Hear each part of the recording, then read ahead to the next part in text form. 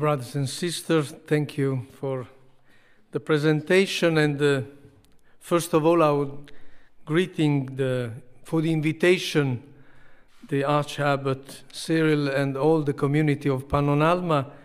It's also for me the first visit in this monastery, but we have ancient and deep links with the monks of this monastery. It's a great joy for me to be here personally.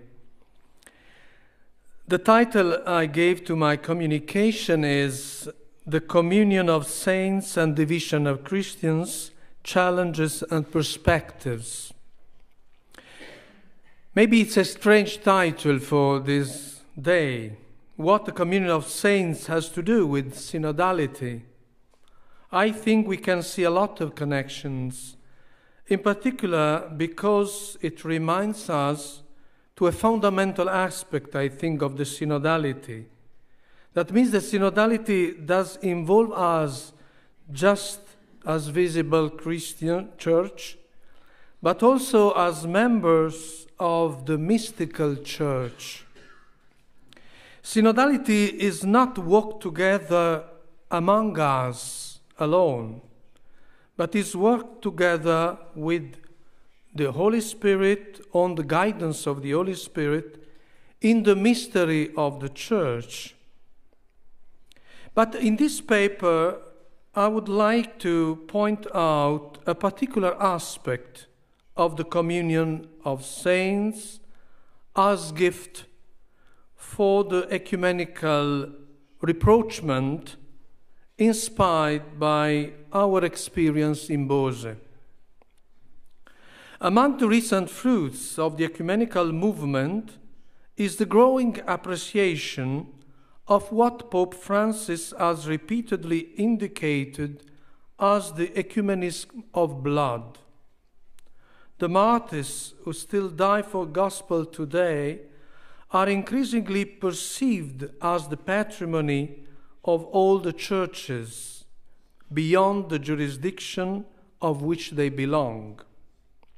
In his discourse of the 25 May 2014 in the Holy Sepulchre in Jerusalem, Pope Francis said, I quote, "When Christians of different confessions suffer together, side by side, and assist one another with fraternal charity, there is born an ecumenism of suffering, an ecumenism of blood, which proves particularly powerful not only for those situations in which it occurs, but also by virtue of the communion of the saints for the whole church as well. Those who kill, persecute Christians out of hatred do not ask if they are Orthodox or Catholics. They are Christians. The blood of Christians is the same." End of quotation. Starting from the consideration of Pope Francis, I would like to broaden the discourse to what I would call the holiness of the other, or the holiness beyond boundaries. That many Christians belonging to different traditions are experiencing in the last decades. In fact, a greater mutual acquaintance between the members of the various confessions has led many Christians to appreciate the holiness that flourished beyond their theological borders. Acquaintance with the appreciation of the figures of other traditions that incarnated and made visible the fruits of grace can be one of the ways in which unity among Christians can progress. In fact, as a great father of the Syriac Church, to whom I will return, Isaac of Nineveh, said, "Love is the child of knowledge."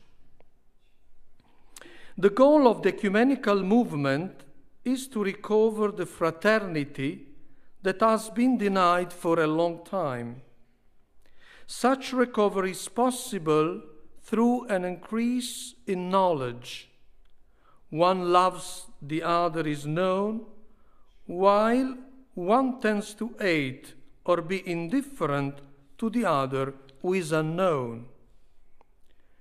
But what can we know about the other? A starting point can be his tradition, and in particular the holiness that flourished in his church. We have experienced this in the ecumenical conference in Bose, the 28th of which we held last September, dedicated to Saint Isaac of Nineveh and his spiritual teaching. From the beginning of our conferences, however, we studied figures of holiness belonging to the various Eastern Christian traditions, whose teaching has often gone beyond the boundaries of the church to which they belong.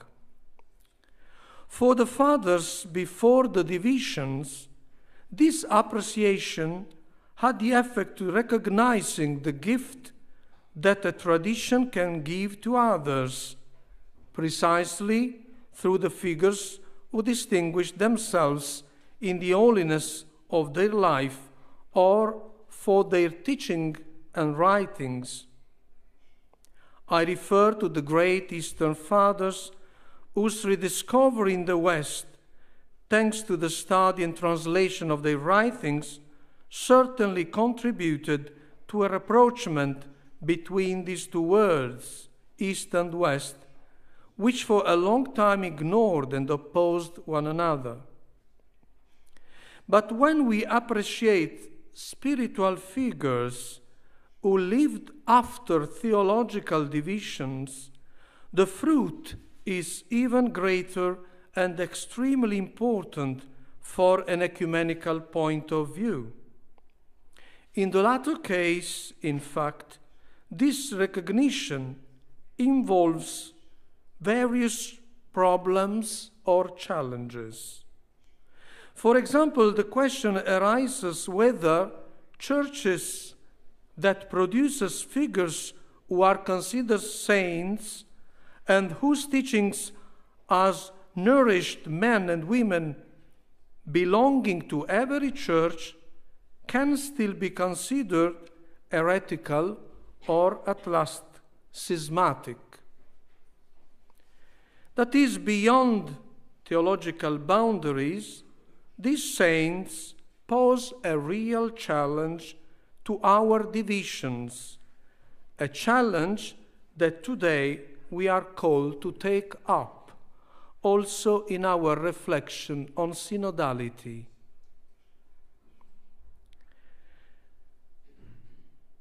A first point, the case of Isaac of Nineveh.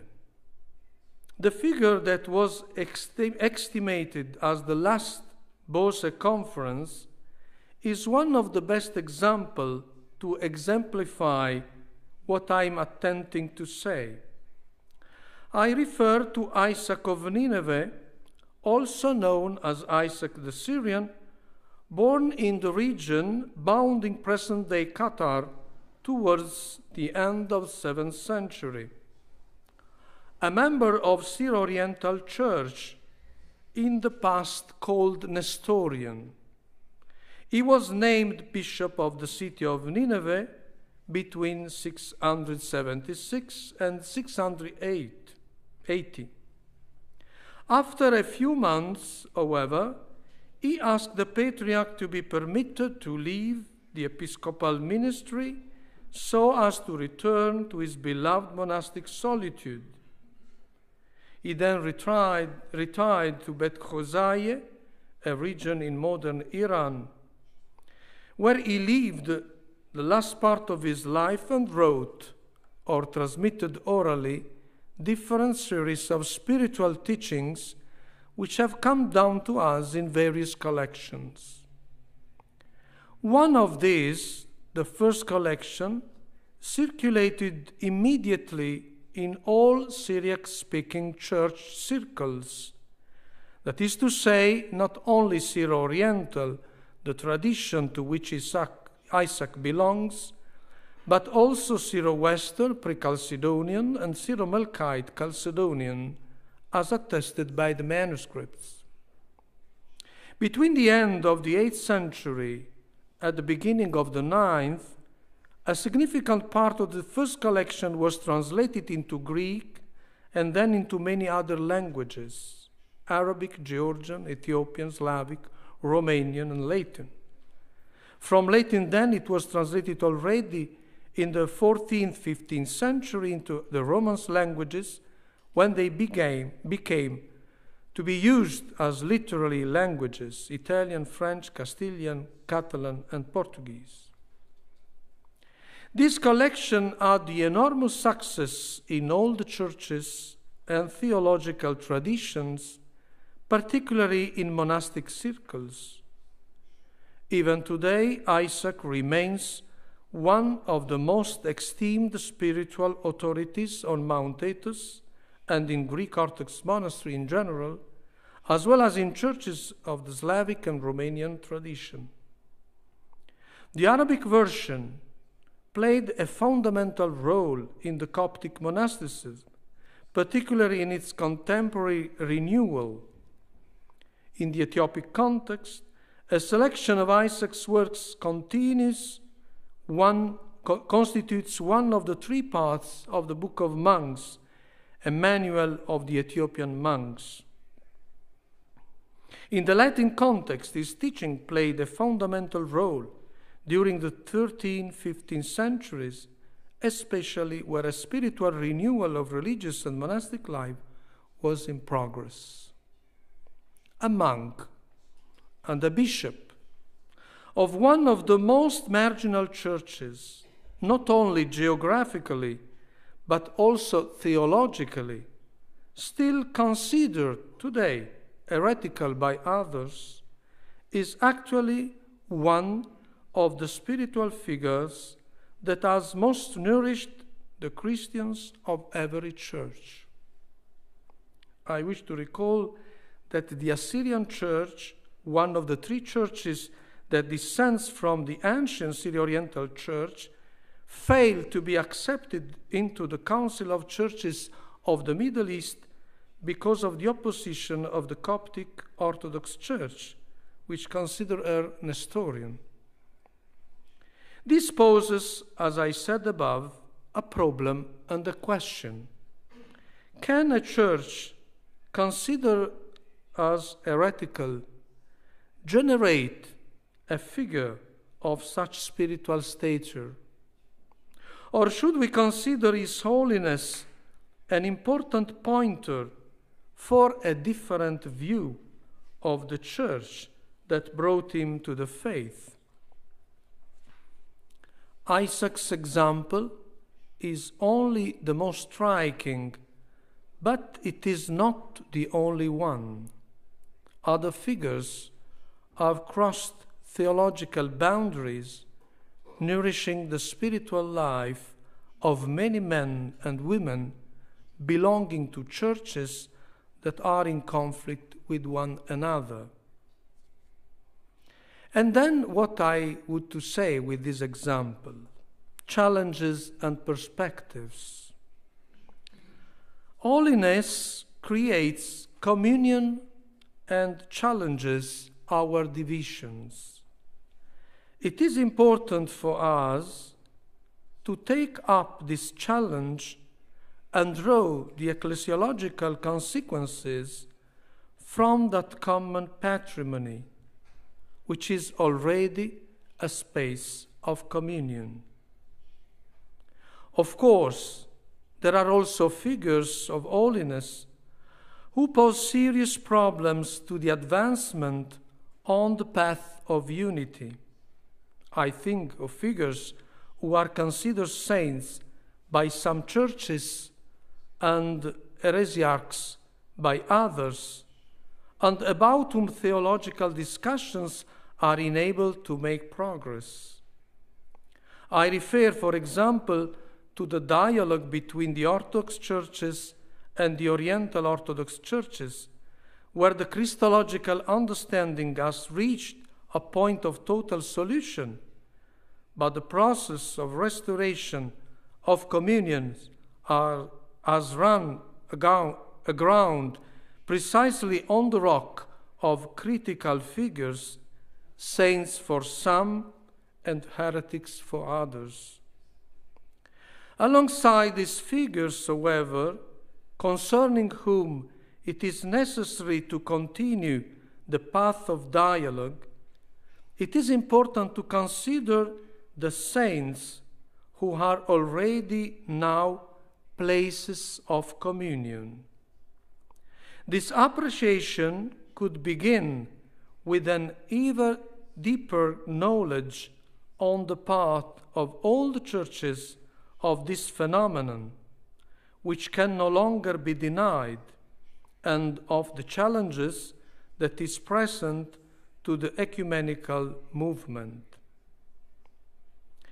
What I've said so far could seem to be reduced to the Orthodox and Catholic side alone, but I believe that in another form it could also involve the evangelical churches by pointing the holiness lived in those churches by people who have shown in their lives a fidelity to the gospel that can inspire all communities and every believer.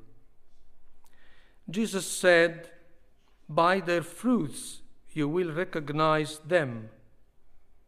John 7:16. The healthy fruit of a church, it is their saints, is a sign of her fidelity to the gospel of Jesus, and so of her ecclesiality. This can be a starting point for a new appreciation and understanding of one another's tradition, and for a new and more effective dialogue, considering what I've called the holiness of the other, or the holiness beyond boundaries. The ecumenical movement itself is an experience of synodality. But what means for us concretely what is synodality in this moment? We can find a way to realize this synodality in recognizing the fidelity to the gospel that arises in the tradition of the other, to recognize the holiness of the other. This can be a concrete experience of sharing and walk together on the path of the gospel. Yes, we have to find new ways of synodality in our churches, but I think we have first of all to find places of unity in what is, till today, beyond our boundaries, something who keep us together and make us do a true and deep experience of synodality in the holiness of the other, in the fruit of gospel that the other is for me and for my church. Thank you for your attention.